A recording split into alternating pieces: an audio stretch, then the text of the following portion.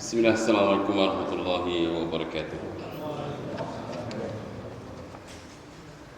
Alhamdulillah ala ihsanih wa syukru lahu ala taufiqihi wa amtinanih. Asyhadu an la ilaha illallah wahdahu la syarika la ta'dhiman li sya'nih wa asyhadu anna Muhammadan abduhu wa rasuluhu ad-da'i ila ridwanih. Salawatullah wa salamuhu ala nabiyyina wa habibina Mustafa Muhammad ibn Abdillah wa ala ihsan ila yaumiddin, amma ba'd. Allahumma la sahla illa ma ja'altahu sahla wa anta taj'alul hasna idza syi'ta sahla.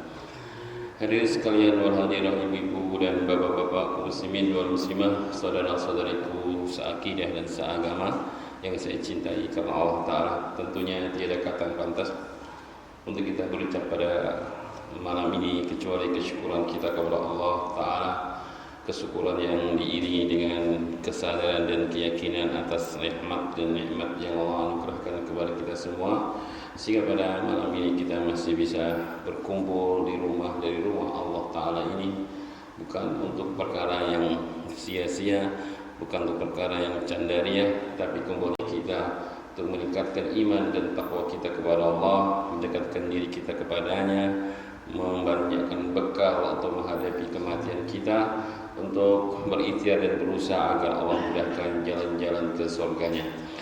Karena itu kita bersyukur dengan berharap semoga kesyukuran kita ini membawa kekekalan dan bertambahnya nikmat kepada Allah Subhanahu wa taala, dan kita berharap agar jangan dicabut nikmat yang Allah sudah berikan kepada kita. Karena ketika nikmat dicabut itu suatu musibah yang sangat besar. Karenanya Rasulullah mengajari doa kepada para sahabatnya, juga kepada kita semua, agar kita berlindung dari tercabutnya nikmat. Dalam riwayat Muslim, Rasulullah mengajari doa kepada kita, Allahumma inni a'udzubika min zawali ni'matik wa tahawuli afiyatik wa fujati niqmatik wa jami'i saqatik. Ya Allah, aku berlindung kepadamu dari hilangnya nikmat. Hilangnya nikmat. Diberi nikmat iman hilang, diberi nikmat Islam hilang, diberi nikmat ketaatan hilang. Sehingga kita sering mendengar dulu dia ahli taat, sekarang ahli maksiat.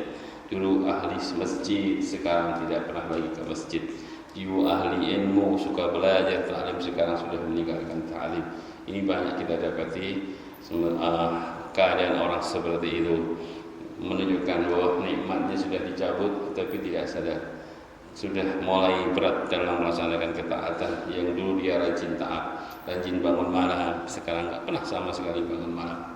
Ini semua tercabutnya nikmat, dan kita berlindung kepada Allah jangan sampai nikmat yang Allah berikan kepada kita dicabut dengan doa tadi, Allahumma inni a'udzubika min zawali nikmatik wa tahawuli afiyatik. Karena aku berlindung kepadamu dari kesehatan yang engkau pindahkan.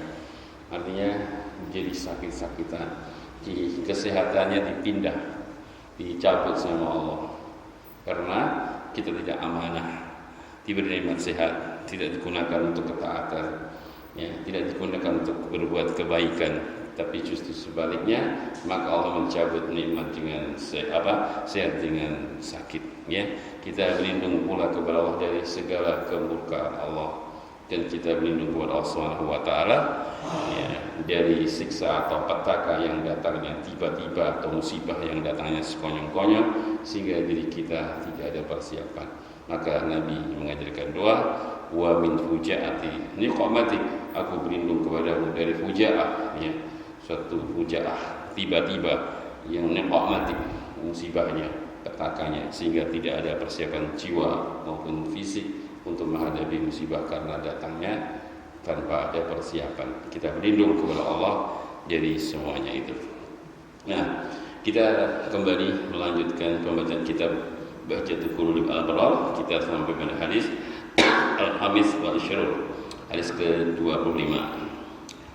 Qala al-Imam qala Abdurrahman As-Sa'idi rahimahullah taala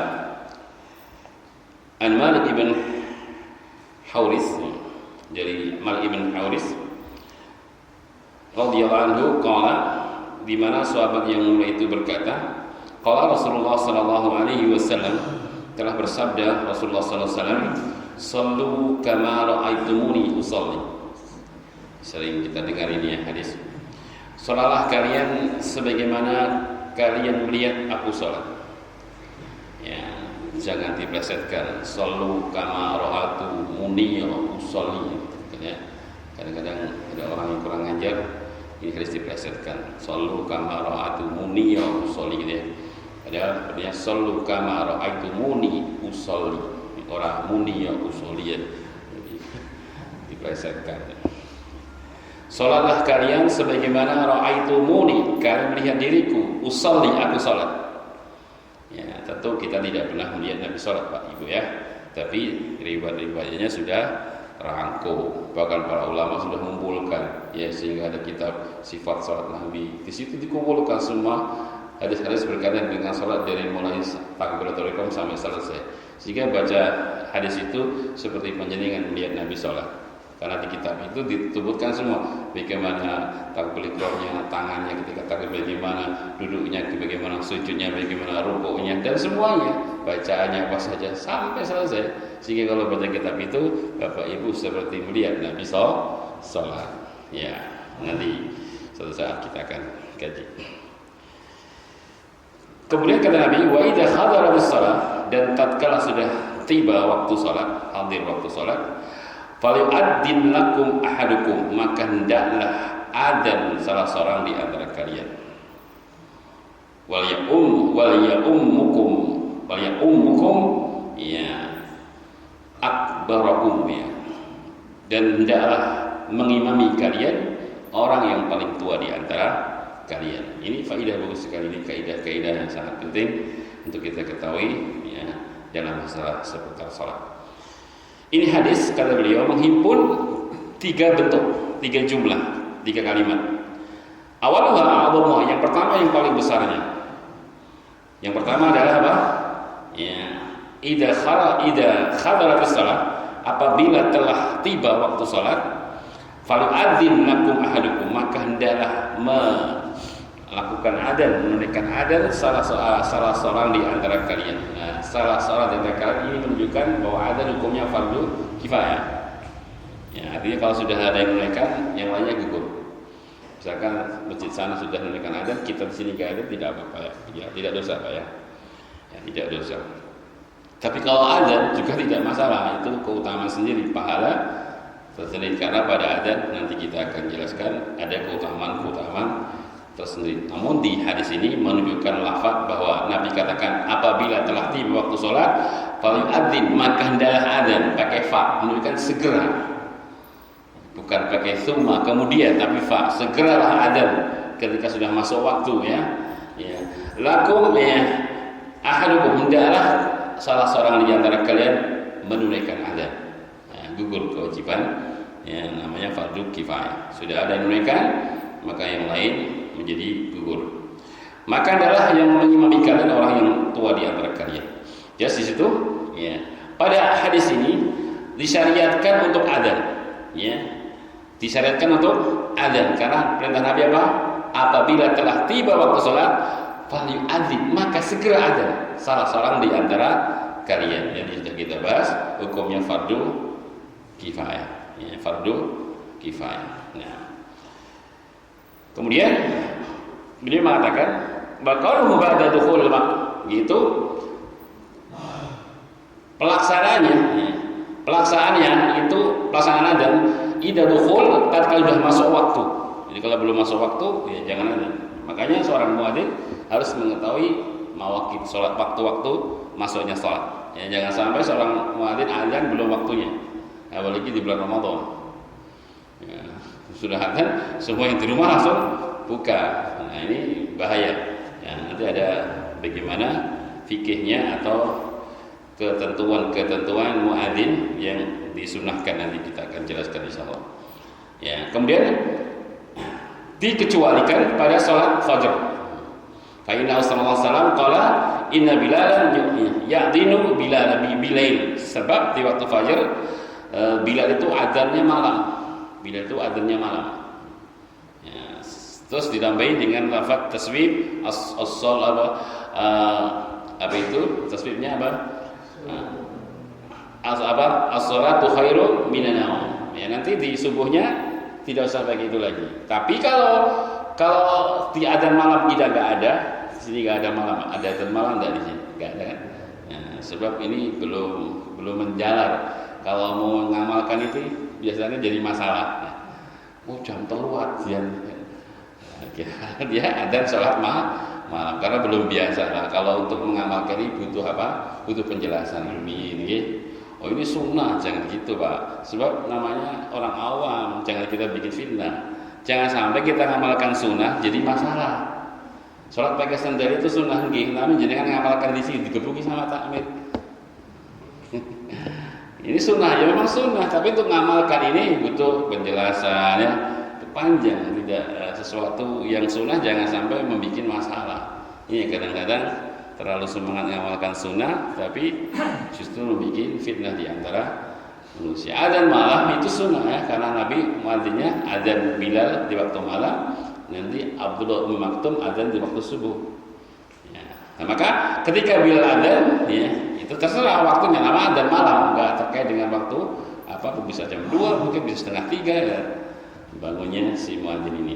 Maka kecuali kalau adzan malam adanya Bilal adzan pakai as-salatu khairum minan naum ya. Tapi kalau ulama menjelaskan apabila tidak pakai salat malam, maka muadzin subuh boleh dia memakai as-salatu khairum minan naum, boleh tidak. Tidak usah dicela yang tidak mengucapkannya itu, dan tidak boleh juga dicela orang yang mengucapkan. Jadi boleh-boleh saja dalam masalahnya ada keluasan, tidak usah kenceng-kencengan. Kalau di masa muda kenceng-kencengan Pak. Di kampung saya nggak pakai serat itu, duduk gendel sama takmir. Imam saja waktu imam kita nggak pakai bismillah, langsung alhamdulillahirabbil alamin, selesai sholat udah biasa kopi dikasih teh itu ya nggak enak, paham jenengan? Paham betul Pak? Biasanya teh kopi orang enak, biasanya bismillah dibocok banter rasanya aneh gitu ya. Ya, wis aneh-aneh teko-teko cah enom iki wis alhamdulillah. Biasanya teh itu diganti kopi Mas. Ya, maksudnya ini bahasa ya, biasanya pakai bismillah terus sudah pakai bismillah. Jangan leneng-leneng. Nah, itulah ya, makanya mengamalkan sunnah-sunnah seperti ini butuh hati-hati, yang butuh penjelasan, teguh dengan cara yang penuh dengan kelemahan lembutan ya, dan lain-lain Pak. Ya, supaya kita mengamalkan sunnah itu yang terjadi bukan insiden ya. Yang terjadi bukan insiden tapi menjadi rahmat ya, bukan seperti itu ya. Jadi boleh ya, jadi ada masalah taswib, ada keluasannya. Nah, ada keluasan, tidak usah kenceng-kencengan ya, masalah memakai as-salatu khairum minan naum, apalagi dilakukan bid'ah, ini bid'ah itu ya, ini tidak paham ya. Para ulama saja tidak pernah mengatakan demikian. Kemudian kata beliau, Bilal adzan di waktu malam. Fakulu wasrabu, maka ketika Bilal adzan tetap aja makan dan minum, ini sahur. Itu belum terlarang untuk berhenti makan saja, minum. Hatta yu'adzina ibnu Ummi Maktum, sampai Abdullah Maktum adzan. Kalau Abdullah Maktum adzan itu adzan subuh, nggak boleh makan lagi. Ya, nggak boleh makan lagi. Jadi muadzinnya ganti ketika subuh, maka yang adzan Abdullah Ummi Maktum, seorang yang buta. Ya, beliau seorang buta ya, tapi muadzinnya Rasulullah sallallahu alaihi wasallam. Fa innahu la yunadi hatta yuqalu lahu. Beliau itu tidak pernah adzan karena beliau buta, enggak ngerti jam masih malam atau sudah pagi, enggak ngerti. Baru dia akan adzan kalau sudah ada yang berkata asbahta, sudah subuh, sudah masuk subuh, baru Abdullah bin Maktum adzan. Dia buta, enggak bisa melihat waktu. Nah, kalau ada asbahta, sudah subuh, baru Abdullah adzan. Wa adzan fardu kifayah, sudah kita jelaskan tadi bahwa adzan hukumnya fardu kifayah. Ya. Hukumnya fardu kifayah. Ya. La fardu ain, bukan fardu ain. Kalau fardu ain berat, fardu kifayah. Nah, karena perintah menunjukkan keumuman, ya Nabi katakan apa? Fal yu'addil lakum ahadukum, kan dia. Hendaklah adzan apabila telah tiba waktu salat, maka hendaklah salah seorang di antara kalian, ya, pakai lafaz umum, salah seorang di antara kalian adzan. Nah, lafaz umum ini menunjukkan pengertian fardu kifayah, ya. Sudah ada yang adzan keras, maka yang lainnya gugur, ya. Yang lainnya gugur. Kemudian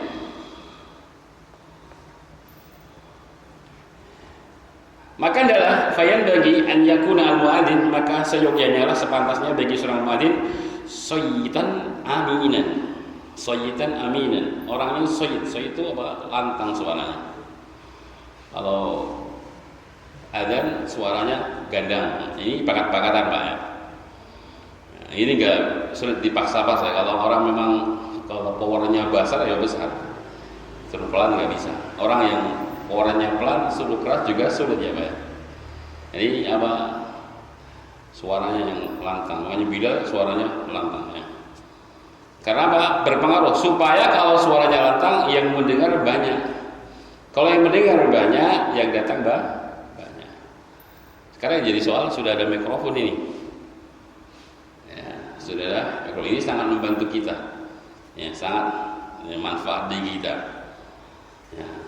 Kalau di LGI bid'ah ini Pak ya. Pakai mikrofon. Karena tidak ada di masa Nabi. Adzan pakai mikrofon bid'ah. Kalau adzan dia naik ke menara, kalau dia punya menara. Kalau enggak ya adzan tidak usah pakai mikrofon. Katanya bid'ah. Ini jahil, dia nggak paham. Dia ngerti bid'ah itu apa. Kasihan dia. Sulit nanti hidup di dunia ini kalau semua yang baru bid'ah. Islam itu ada yang namanya mutaghayyirah, ada yang namanya tsawabit. Ada yang mutaghayyir, berubah-ubah. Tapi ada yang tsawabit, yang tetap. Yang tetap jangan dirubah. Kalau berubah tetap bid'ah. Tapi ini berubah-ubah, mau dirubah silahkan. Orang dahulu menyampaikan berita dengan kuda, ya, dengan onta. Orang sekarang pakai internet, pakai telepon. Tapi asasnya sama, nyampaikan berita, cuma alatnya berbeda. Ini nggak masalah, berubah. Orang dahulu haji naik onta, berjalan kaki, sekarang haji naik pesawat. Mau mengatakan bid'ah gitu? Itu kan wasilah. Wasilah jauh, nggak ada hukumnya wasilah. Ya. Kendaraan kita tuh haji, pesawat terbang itu kan wasilah alatnya. Masa alat dihukumi Pak? Ya. Masa alat dihukumi? Ya. Orang dahulu naik kuda, orang dahulu naik onta, sekarang orang naik pesawat, naik haji, naik kuda mati di jalan Pak. Nggak sampai Makkah sudah mati di jalan. Nah ini wasilah-wasilah seperti ini, alat-alat seperti ini jangan dihukumi. Ya. Nah, Nabi nggak pernah membahas itunya, mau naik onta, mau jalan kaki, dalam saya nggak dibahas itu caranya. Ya. Begitu pula menyampaikan berita. Begitu pula perintah untuk adzan, adzan lah dengan cara supaya pakai alat supaya keras enggak, adzan lah dengan cara apapun, dengan alat apapun silahkan. Kalau sekarang ada mikrofon, manfaatkan supaya suaranya lebih lantang, lebih banyak menjangkau, didengar oleh banyak manusia. Ya. Jadi hukumnya tidak ada, sampai kalau hukumnya apa? Maka kalau tanya apa hukumnya menggunakan mikrofon, itu baru ada hukumnya. Kalau hukumnya mikrofon juga ada hukumnya. Untuk zaman Nabi nggak ada. Apa hukumnya HP? Ya nggak ada. Apa hukumnya menggunakan HP? Ya tinggal orangnya untuk apa dia. Mikrofon apa hukumnya menggunakan mikrofon? Tidak untuk apa? Kalau untuk adzan, untuk pengajian seperti ini, manfaat, pahala. Ya, tapi kalau untuk dangdutan, ya, nyanyi, campur sari, joget dan lain-lainnya, ini maksiat. Maka alat tinggal yang gunakannya. Siapa yang memegang baru ada hukumnya. Ada pun alat sendiri tidak ada hukumnya kecuali yang memang oleh nas dikatakan ada hukumnya. Tapi secara umum alat itu tidak bisa dihukumi. Ya, pisau apa hukumnya pisau? Ya tinggal siapa yang memegang. Kalau yang memegang ibu rumah tangga jadi sop ya. Jadi masakan ibu kita, istri kita itu enak sekali. Tapi kalau memegang preman rusak. Ya. Kalau pisau yang memegang preman, penjahat, menjadi kerusakan. Dan hukumnya pisau sendiri tidak ada hukumnya, tapi siapa yang membawa pisau itu baru ada hukumnya. Maka disunahkan sebagai seyogyanya muadzin itu suaranya lantang. Aliman bil waqt, dan dia ngerti waktu-waktu sholat. Supaya tadi ya, dia harus update terus ya, harus update, namanya muadzin. Memang tugasnya gitu ya. Sebab nanti kita jelaskan pahalanya itu besar sekali. Ya, di antara kewajibannya dia harus mengetahui waktu-waktu sholat. Dia harus perubahan, ngerti, update terus. Waktu ini sudah berubah, subuh sudah menambah, maghrib sudah kurang, itu harus tahu terus. Tidak boleh tidak. Ya, ini seorang muadzin. Ya, mutaharriyan lah, dan dia cermat dan perhatian. Ya, cermat, cerdas, cermat. Ya, nah, Li'annahu a'dhamu li husulil maksud. Karena itu ya menunjukkan tujuan utama dari dimaksudkannya adzan itu seperti itu. Ya. Jadi manfaatnya sangatlah besar, menjadi sebab datangnya kebaikan. Nanti ada beberapa hadis akan saya bawakan tentang keutamaan adzan nanti insyaallah sebentar lagi. Al-hadis yadullu ala wujubil adzan fil hadir wa safar. Ini hadis menunjukkan pendalilan tentang wajibnya adzan baik ketika kita mukim atau ketika kita safar. Boleh kita dengan safar kita adzan di sana boleh. Sudah waktu adzan boleh. Ya, kalau kita mau jamak, misalkan waktu di tempat di perjalanan jam 1 langsung adzan. Misalkan dia adzan satu kelompok ini adzan zuhur, kemudian setelah itu qomat. Setelah qomat salat 2 rakaat ya, di qasar 2 salam 2 rakaat. Setelah salam langsung qomat lagi, tidak usah adzan lagi ya karena masih masuk di waktu zuhur. Maka dia qomat lagi namanya jamak di qasar, diringkas. Kemudian di jamak, di jamak itu digandengkan sehingga sholat zuhur sama asar di waktu satu, di waktu sholat zuhur. Boleh nanti di qasar di akhir. Jadi jenengan belum sholat jam 1 karena di situ masih sibuk. Ya nanti aja sholat ketika sudah sampai tujuan jam 5 sore atau jam 4 sore jenengan langsung sholat 2 rakaat zuhur, 2 rakaat asar. Jadi jamak qasar juga. Jadi dalam safar banyak keluasan. Jamaknya hukumnya sunnah, kalau qasarnya wajib. Kalau qasarnya wajib karena Nabi nggak pernah sempurna ketika dalam safar, tapi tidak pernah sempurna sholat ketika safar ya. Tapi kalau menjamak boleh menjadikan jamak boleh tidak. Seperti ini, misalkan mau ke Jakarta sampai di Semarang jam 1, Bapak boleh langsung sholat zuhur 2 rakaat, tidak usah menjamak boleh. Boleh, nanti sholatnya asar ketika sudah masuk asar aja, entah tiba di mana nggak tahu, boleh. Tapi kalau jenengan ingin menjamak qasar 2 salam juga diperbolehkan. Jadi jamaknya itu sunnah. Kalau qasarnya ini pendapat yang kuat adalah wajib karena Nabi tidak pernah beliau sempurna sholat ketika safar. Ya. Makanya ketika Utsman bin Affan sampai di Mina dia sholat 4 rakaat, Abdullah ibn Mas'ud mengingkarinya. Abdullah mengingkari karena Rasulullah ketika di Mina sholatnya di qasar 2 rakaat. Ya. Nah ini menunjukkan ya boleh ketika adzan, ketika safar atau ketika hadir. Wal iqamatu min tamamil adzan. Adapun iqamat itu kesempurnaannya adzan. Di anan adzan i'lam itu boleh waktu salat karena adzan itu tujuannya untuk mengiklankan, untuk pemberitahuan masuknya waktu salat. Wal iqamah, adapun iqamah i'lam pengumuman atau memberitakan tentang qiyamu ilaih, ditegakkannya salat, akan ditegakkannya salat, yaitu iqamat. Nah, jadi iqamat ini ya boleh jenengan salat sendiri iqamah boleh enggak? Boleh. Jenengan salat sendiri misalkan ketinggalan Allah baru iqamat boleh. Walaupun tidak ada makmumnya, jenengan sudah masbuk, sudah habis semua, enggak ada yang salat sendiri, jenengan langsung iqamah salat boleh ya. Tidak apa-apa karena iqamat itu ya pengumuman bahwa mengumumkan akan ditegakkannya salat dan pahalanya diberi pahala oleh Allah 30 ya. Pahalanya 30, kalau adzan diberi pahala 60. Nanti saya akan bawakan hadisnya. Wa qad waradat nususu al-katsirah bi fadlihi wa kasratu thawabihi. Dan telah banyak ya nas-nas yang sangat banyak tentang keutamaan dari adzan dan banyak dan besarnya pahala. Nah, istihbabu ijabatil muadzin dan juga disunahkan menjawab muadzin. Sebelum saya teruskan, saya bawakan dulu riwayat berkata dengan adzan. Di antara keutamaannya Rasulullah mengatakan man adina sinta ala asyrata sanata ya wajabat lahu al-jannah. Nabi kita mengatakan barang siapa yang adzan sinta asyrata selama 12 tahun, isna asyrata maksudnya ya, selama 12 tahun wajabat lahul jannah, maka wajib kata Nabi baginya jannah ya. Jadi muadzinnya berapa? 12 tahun. Di sini kalau sudah 12 tahun diganti yang lain supaya kiri. Kalau di sana itu saya nggak mau Ustaz gitu, langsung marah. Ya tidak diganti nggak apa-apa, kan muadzin boleh 3, boleh 4. Muadzinnya Nabi itu 5, belum 5 tem ya, banyak ada 5 muadzinnya Nabi. Jadi muadzin di masjid tidak harus 1. Siapa yang sholatnya subuh ya, yang biasa subuh kasih subuh. Yang saya sholatnya asar, kadang nggak bisa kalau siang kerja dia nggak bisa ada, ganti yang siang bisa siapa gitu, bisa 5, bisa 3. Imam juga demikian. Jadi imam pertama, imam kedua, imam ketiga boleh. Ya. Di Masjidil Haram, di Masjid Nabawi imamnya banyak sekali. Di sini boleh ya. Kalau di tempat saya sendiri, saya kasih imam satu, imam dua.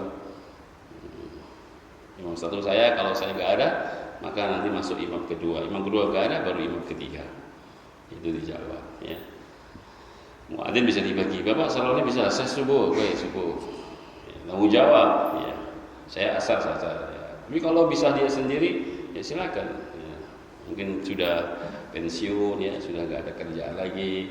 Ya dia bisa menghabiskan waktu untuk ketaatan, untuk mengabdi ke rumah Allah Subhanahu wa taala. Subhanallah ya. Itu cita-cita kita di masa pensiun, habiskan waktu untuk membangun rumah Allah, memakmurkan masjid Allah. Mestinya begitu ya. Nah, bagus itu. Sudah katakan oleh Imam Ibnu Qayyim, min alamati sa'adah wal falah anal abda kullama zida fi umurihi naqasa fi khirsihi. Di antara tanda atau alamat kebahagiaan dan keberuntungan hamba ketika hamba sudah lanjut usianya, sudah tambah yuswanipun, semakin lemah cintanya dengan dunia. Ya, lemah, tapi apa? Dunianya, akhiratnya nguat. Akhiratnya menguat. Jangan tambah tua malah senang mobil gede, motor-motor gede. Tidak dilarang, tapi bahaya. Semakin tua kok malah semakin aneh-aneh. Nah, ini nyalain kodratnya manusia. Manusia itu semakin sepuh, semakin dekat dengan ajal, kan begitu ya. Makanya oleh Allah dikasih apa? Dikasih alamat. Alamatnya apa? Fisik kita mulai melemah semuanya. Coba kalau semakin tua semakin kokoh, Pak. Bahaya, semakin merajalela nanti. Ya, makanya dilemahkan semua, telinganya melemah, matanya melemah, fisiknya melemah. Itu supaya rahmat tuh kalau sudah sepuh, sudah mendekati ajal. Kulitnya sudah mulai berubah. Ya, nanti lama-lama kayak lempung, itu sudah mau kembali ke asal ya. Kok lama-lama kulit saya sudah mengkerut-mengkerut ya, kayak lempung ya. Ini sudah mau kembali, hati-hati. Wajah kamu nadir dalam surah Fatir kata Allah telah datang mulakan nadir. Nadir itu peringatan, yaitu obat. Ya, datang nadir. Oh, insya Allah jenggot sudah putih. Kalau berkaca sudah putih semua, masya Allah. Ya. Itu nadir, peringatan dari Allah Subhanahu wa taala. Makanya nggak boleh disembelih hitam, Pak. Kalau disembelih merah boleh. Coba Bapak kok boleh? Karena kalau disembelih merah, satu jenis orang-orang majusi, yang kedua dia ngerti asalnya udah putih. Kalau disembelih hitam nggak boleh karena asal dia hitam. Makanya Nabi ya boleh kau semir rambut kamu tapi hindari warna hitam. Jangan disembelih hitam, nanti ketok muda meneh, Pak. Tok nom neh geleng meneh iki. Wah, Gus Inom ternyata ya. Si dagangan ini. Oh, baik. Si dagangan ini. Misalnya istrinya sudah punya istri satu masih dagangan. Bahaya, maka hindari warna hitam ya. Kalau dibiarkan putih kabeh juga Nabi tidak suka ya, karena ini seperti orang-orang ahli kitab. Orang Majusi itu suka membiarkan rambutnya putih semua. Nah, Nabi selisih ya, semir, tapi hindari warna hitam. Semir hijau itu, Pak, kayak anak muda. Umar bin Khattab pernah semir hijau. Umar bin Khattab di semir hijau. Semir, tapi pokoknya ampun hitam ya warna selainnya, nggak apa-apa ya. Nah, itu ya satu keutamanya. Kemudian kata Rasulullah, bakumi balahu bitadini, dan dicatat darinya, dari orang yang adzan tadi, dengan adanya fi kulli yaum, pada tiap hari situna hasanah, 60 kebaikan. Oh, 60 kebaikan. Wa bi iqamatihi, dan iqamatnya salasuna hasanah, 30 kebaikan. Jadi 90, Pak. Nah, adzan iqamat berapa? 90. Masyaallah. Makanya kalau adzan diqamati orang lain hilang 30 loh, Pak. Hilang 30. Itu kalau hitung-hitungan pahala, orang beriman itu pelit dalam masalah, harus itu orangnya sangat hitungan dengan pahala ya. Ya. Kalau duit silahkan Anda, kalau rebutan duit ngalah nggak mau, rebutan pahala mereka nggak mau. Kalau rebutannya saya makan sedikit nggak apa-apa, ngalah dia, tapi kalau pahala nggak mau ngalah ya. Jangan, ini hak saya ada, kecuali kalau saya sakit, ini saya yang ada. Kalau Anda ambil kayak kehilangan 90 pahala saya. Nah, kemudian hadis yang kedua, Rasulullah mengatakan al-muadzin yughfar lahu madda sautuh wa ajruhu mithla ajri man salama. Masyaallah ya. Nabi katakan, al-muadzin, tukang azan itu akan diampuni dosanya sepanjang suaranya. Makanya tadi suaranya yang mana? Ya. Dan akan diberikan pahala seperti pahala orang yang ikut sholat bersamanya. Nah, tadi yang ada Bapak siapa? Sekarang sholat berapa? Tinggal hitung saja. Ya, sekarang yang sholat 100, akan 50 gitu ya. Dia akan ikut berpahala sama orang yang sholat bersamanya. Subhanallah ya. Masya Allah. Itulah muadzin, Pak. Ya, maka berebut ya. Berebut. Imam gak usah direbutkan. Imam serahkan yang ahli. Selesai ya. Iya, sudah ada ahlinya. Ya, sudah, gak usah rebutan imam. Ya, rebutan muadzin saja. Ya. Imam serahkan yang ahli. Kalau nggak ahli nggak boleh jadi imam. Kalau adzan kan nggak perlu banyak ahli. Mau nggak harus suaranya bagus. Ya, sepenting banter mau. Ya. Tidak harus suaranya bagus. Banter, penting banter, bener nih. Ini penting kadang kalau nggak tar nanti artinya rusak. Allahu Akbar, Allahu Akbar. Wah nggak harus salah kita. Kalau pentingin enak nih kayak Roma Irama Akbar, keliru Pak. Kalau Akbar panjang artinya apa? Nanti bisa dalam bentuk jamak kibir. Allah maha sombong, Allah maha sombong gitu nanti artinya. Harus kan? Jangan sampai hayya 'alal falah, hayya 'alal falah. Bacanya keliru. Hayya 'alal falah. Kalau falah artinya petani. Coba rusak kan? Marilah petani itu gimana artinya rusak ya?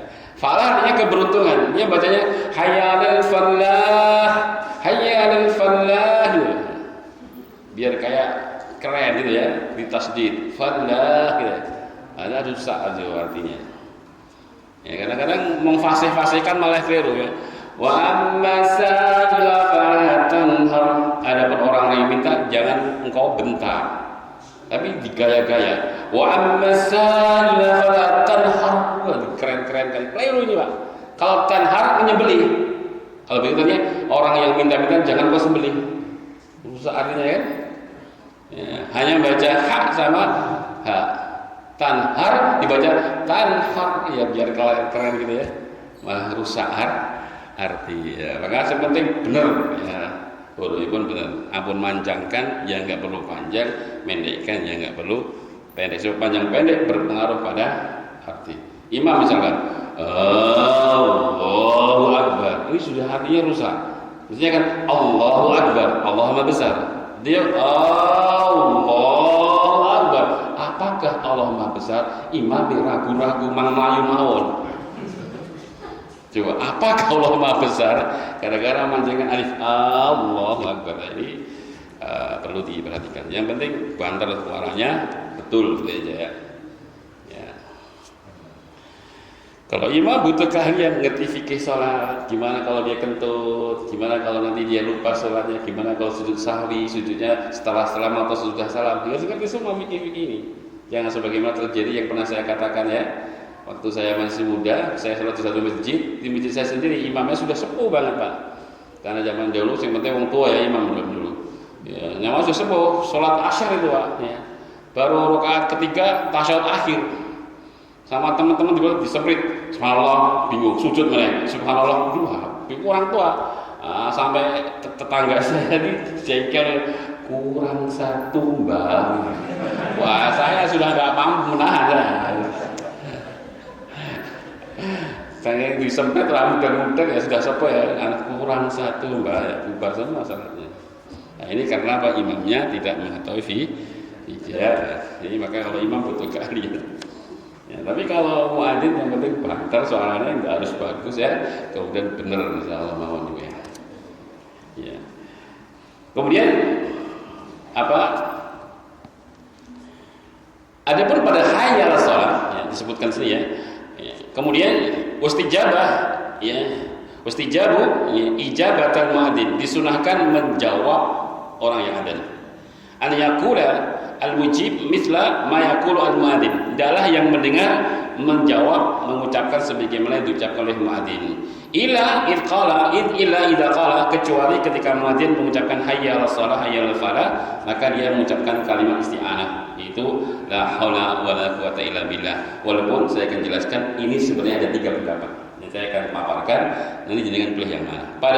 Pada muadzin ketika mengucapkan hayya 'alas shalah hayya 'alal falah ada 3 pendapat. Pendapat pertama ini, pendapat pertama, 1, dia memakai dalil umum. Nabi kita mengatakan ya, apabila kalian mendengar muadzin maka faqulu ma yaqulu muadzin, kan gitu ya kata Nabi, maka ucapkanlah apa yang diucapkan muadzin. Sehingga hadis ini jadikan sandaran hadisnya umum bahwa walaupun muadzin mengucapkan hayya 'alas shalah, tadi pesan Nabi apa? Tetap mengucapkan hayya 'alas shalah. Jadi ini pertama ya, pendapat pertama. Muadzin hayya 'alal falah, maka dia juga mengucapkan hayya 'alal falah. Pendapat yang kedua ini tadi. Dia tidak, ketika muadzin mengucapkan hayya 'alas shalah dan hayya 'alal falah, baca la haula wala quwata illa billah. Pendapat yang ketiga dijamak. Ya, kalau muadzin mengucapkan hayya 'alas shalah, maka yang ketiga ini Pak, dia ucapkan hayya 'alas shalah terus la haula wala quwata illa billah. Muadzin mengucapkan hayya 'alal falah, dia juga ucapkan hayya 'alal falah terus la haula wala quwata illa billah. Ini pendapat yang menenangkan. Maka kalau saya pribadi lebih merajih dan menguatkan, mungkin mengambil yang pendapat yang ketiga. Saya punya rincian-rinciannya dan dalil-dalilnya. Jadi silahkan, lalu Bapak mau pakai yang lafal-lafal juga boleh, mau pakai pertama, yang jelas semua ada dalilnya, cuma para ulama dalam sudut pandang yang berbeda dalam memahami. Ya, jadi tadi ada yang ya suara muadzin apa ditirukan saja, nggak usah diganti. Sebagian mengganti dengan ini, sebagian menjamak. Dia ucapkan hayya 'alas shalah juga, tapi ditambah dengan la haula wala quwata illa billah. Nah, itu ada 3 pendapat ya. Jadi Bapak boleh mengamalkan itu.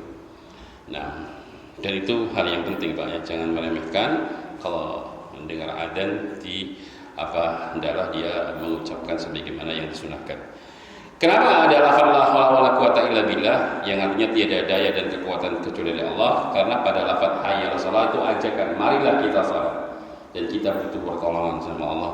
Kalau enggak diberi tolong Allah, kita enggak akan bisa menunaikan salat. Makanya kita mengucapkan la haula wala quwata illa billah. Andai kata kami tidak diberi kekuatan, kita enggak akan bisa salat, apalagi berjamaah, apalagi di masjid. Itu sulit. Makanya kalau kita diberi tolong oleh Allah, kita bisa salat berjamaah. Karena tidak semua muslim bisa melaksanakan salat jamaah. Ya kan, masih banyak di antara saudara-saudara kita yang lebih senang salat di rumah. Padahal hitungannya itu sangat rugi. Ya, disebutkan dalam hadis kalau dia salat jamaah dapat 27. 27 kali 5 berapa? 135, ya kan? Benar Pak, hitung ya. 135. 135 kali 30. 4050. Yang saya sudah hitung dari rumah Pak. Cepat. Jadi 1 bulan orang jamaah itu pahalanya 4050. Sekarang sendiri 1 hari 15. 5 kali 30 berapa? 150 ya. Kalau kalikan sekarang, kalau dikalikan Pak 1 tahun itu Pak ya. Ini penting Pak, harus itu karena supaya kita ngerti, supaya nggak gampang remehkan. Sekarang kita tahu jamaah dulu 20 tadi 4020 ya. Ini yang sholat 4050 ya saya bilang. 4050 ini yang 1 bulan ya. Berarti kalikan 12 kalau 1 tahun ya. Kalikan 12. Ini pahalanya 48.000. Ini yang jamaah. Sekarang yang sholat sendiri. Ya, penting ya, Pak. Sholat sendiri tadi 1 kali berapa tadi? Kali 5 berapa? 5 kali 30 berapa tadi Pak? 150 ya. 150 kali 12. 1.800 bandingannya dengan berapa tadi? 40. Terlalu jauh ya. Itulah sisih pahalanya. Itu baru pahala mutlak loh Pak, belum rangkaian-rangkaiannya, belum langkah kakinya ya. Katakan Nabi, kaki kirinya menggugurkan dosa, kaki kanannya nambah derajat ya. Kemudian belum duduknya kita intindor sholat ba'da sholat, menunggu setelah kata panjenengan ini namanya menunggu setelah sholat, itu dihitung sholat terus ya, selagi belum berhadas. Ya, Nabi mengatakan intindor sholat ba'da sholat, menunggu sholat setelah sholat. Ya panjenengan ini sudah sholat maghrib, sekarang menunggu sholat Isya. Ini namanya apa? Intidor sholat ba'da sholat. Ala ukhbirukum, maukah aku beritahu tentang amalia jika kau amalkan akan menjadikan gugurnya dosa kalian dan bertambahnya derajat kalian. Di antaranya kata Nabi, wa qasratul khuta ila masajid, perbanyak langkah ke masjid, ya. Kemudian isbagul wudu ala makarih, yang kedua sempurnakan wudu di saat-saat tidak kau sukai. Yang ketiga intidor sholat ba'da sholat. Coba menunggu sholat setelah sholat. Penjenengan sekarang itu selagi belum berhadas dihitung oleh Allah sholat terus sampai isya nanti. Itu pahalanya, rangkaian-rangkaian pahalanya. Itu lepas dari 27-nya. Coba berapa ruginya orang kalau sholat sendiri? Ya, berapa ruginya? Nah, apa kita tidak ingin mengajak saudara kita untuk sholat jamaah, keluarga kita, anak kita, karena pahalanya terlalu jauh, ya, sholat berjamaah dengan sholat sendiri. Terakhir Pak, ya, sudah habis waktunya. Disunahkan pula kita membaca salawat. Allahumma rabba hadhihi da'wati tammah salatil qa'imah ati Muhammad al-wasilah wal fadilah wa ba'thu maqamah mahmuda allati wa'ata. Yang artinya Allahumma ya Allah rabba hadhihi da'wati tammah. Ya Rabbnya seruan yang sempurna, ya dakwah seruan adzan, ya. Wa salatul qa'imah, dan salat yang ditegakkan, ya. Berikan kepada Muhammad wasilah dan fadilah, keutamaan dan wasilah, dan bangkitkan beliau dalam kondisi, dalam maqam, dalam posisi yang mulia, alladzi wa'ata, dari apa yang telah Engkau janjikan kepada beliau. Karena Nabi Muhammad SAW besok dibangkitkan dalam keadaan maqam mahmudah, ya. Wa minal laili fatahajjat bihi nafilatan asa ayyab'atsaka rabbuka maqaman mahmuda. Dan dari sebagian malam wahai Nabi Muhammad, bertahajudlah kau kelak kau akan dibangkitkan oleh Allah di hari kiamat maqaman mahmuda, dalam posisi dan kondisi yang mahmud, yang mulia, yang terpuji. Itu Rasulullah sallallahu alaihi wasallam. Kemudian terakhir setelah itu dia berdoa, karena doa antara adzan dan iqamah itu waktu yang mustajabah. Rasulullah mengatakan ad-du'a bainal adzan wal iqamah la yura. Ya, kata Nabi, ad-du'a bainal adzan wal iqamah la yura. Doa yang dipanjatkan antara waktu adzan dan iqamah tidak akan dikembalikan, tidak akan ditolak. Ya, setelah itu berdoa. Ini nanti kalau sudah sholat wajib tidak usah doa lagi. Sebab sholat wajib adanya di zikir. Nah, itu yang lebih kuat, ya. Tapi doanya antara adzan dan iqamah. Tapi ini yang saya sampaikan, kawan jenengan sudah biasa mau doa setelah sholat wajib, mau. Tapi kalau secara syar'inya doanya justru antara adzan dan iqamah. Tadi dalilnya ad-du'a bainal adzan wal iqamah la yura. Doa antara adzan dan iqamah itu tidak akan ditolak. Maka sisihkan waktu setelah adzan dan iqamah ada doa. Ya, boleh kita angkat tangan ketika itu. Boleh di rumah juga boleh. Dengan dengar adzan di rumah, setelah sholat doa, baca doa ini langsung ajuk doa, minta kepada Allah doa apapun dari kebaikan-kebaikan. Satu berangkat ke masjid. Di masjid sholat tahajud masih ada waktu, doa lagi silahkan, ya. Karena waktu-waktu itu waktu yang tidak akan ditolak. Doa-doa manusia tidak akan ditolak oleh Allah Subhanahu wa taala. Demikian di poin pertama. Poin kedua dan selanjutnya insyaallah taala kita akan lanjutkan pada pertemuan yang akan datang. Barakallahu fiikum, subhanakallahumma bihamdik, asyhadu an la ilaha illa anta, astaghfiruka wa atubu ilaik. Assalamualaikum warahmatullahi wabarakatuh.